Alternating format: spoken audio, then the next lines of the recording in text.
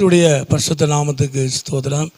இன்றைய தினத்துக்கான தேவனுடைய வார்த்தையானது ஆதியாகமம் 39ஆம் அதிகாரத்திலே அந்த 23வது வசனத்தை நான் பார்க்கும் பொழுது, கர்த்தர் அவனோடே இருந்தபடினாலும் அவன் எதை செய்தானோ அதை கர்த்தர் வாய்க்க பண்ணினபடினாலும் அவன் வசமாய் இருந்த யாது ஒன்றை குறித்து சிறைச்சாலையின் தலைவன் விசாரிக்கவில்லை.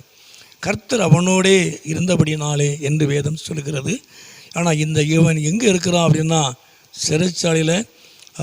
சிறைச்சாலையில் இருக்கிற ஒரு நேரத்தில் தவறான குற்றச்சாட்டை இவன் மேல் வைக்கப்பட்டது எல்லாருக்கும் தெரியும். முந்தின பகுதியில் வாசிக்கும் பொழுது இவன் சிறைச்சாலையில் இருக்கிறதான இந்த நேரத்தில் ஆண்டவர் சொல்லுகிற காரியம் என்ன? கர்த்தர் அவனோடு கூட இருந்தார். அவன் சிறையிருப்பில் இருந்தாலும் கர்த்தர் அவனோடு கூட இருந்து அவன் காரியங்களை ஆண்டவர் வாய்க்க பண்ணினார். ஆண்டவர் தாமே இந்த நாட்களில் உங்கள் வாழ்க்கையிலும் கூட அநேக பிரச்சனைகள், அநேக போராட்டங்கள் இருந்தாலும் கூட கர்த்தர் நிச்சயமாக உங்களோடு கூட இருப்பார். அப்போ நாம் என்ன நினைக்கிறோம்? பிரச்சனைகளையும் போராட்டங்களையும் நாம் சந்திக்கிறதுனால, சில சிறையிருப்புகளை நாம் சந்திக்கிறதுனால, சில சிறையிருப்பில் நாம் அகப்படுவதனால, அப்போ கர்த்தர் என்னை விட்டு அகன்று போயிட்டாரோ, கர்த்தர் என்னை கைவிட்டாரோ என்று நாம் நினைக்கிறோம். கர்த்தர் என்னை கைவிட்டுட்டாரு, கர்த்தர் என்னை பார்க்கல, ஆண்டவர் என்னை விட்டுட்டாரு அப்படின்னு சொல்லி நாம் சில நேரங்களில் நாம் வேதனைப்படுகிறோம், ஆண்டவர் மேலே முறுமுறுக்கிறோம். அப்படி அல்ல. ஆண்டவர் யோசேப்போடு கூட கர்த்தர் இருந்தார். அவன் சிறையிருப்பில் இருந்தாலும் கூட கர்த்தர் அவனோடு கூட இருந்து அந்த சிறைச்சாலையிலையும் கூட ஆண்டவர் சிறைச்சாலை தலைவனுடைய கண்களில் தயவு கிடக்க பண்ணினார். அவன் எதை செய்தாலும் கர்த்தர் காரியங்களை வாய்க்க பண்ணினார்.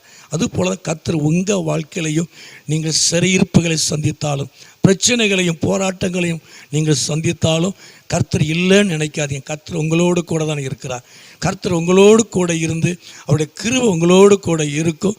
அவர் உங்களோடு கூட இருந்து அவர் உங்கள் காரியங்களை அவர் வாய்க்க பண்ணுவார். எல்லா பெரியவங்க கண்களிலெல்லாம் அவர் உங்களுக்கு தயவு கிடைக்க பண்ணுவார்.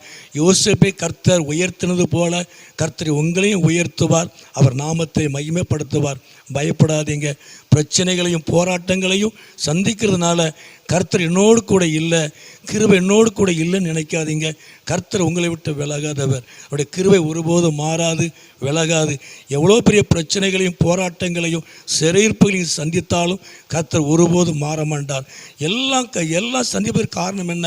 ஆண்டவர் உங்களை ஏற்ற வேளையில் அவர் உங்களை உயர்த்துவதற்காக தேவன் ஒரு நேரத்தையும் ஒரு காலத்தையும் கர்த்தர் வைத்திருக்கிறார்.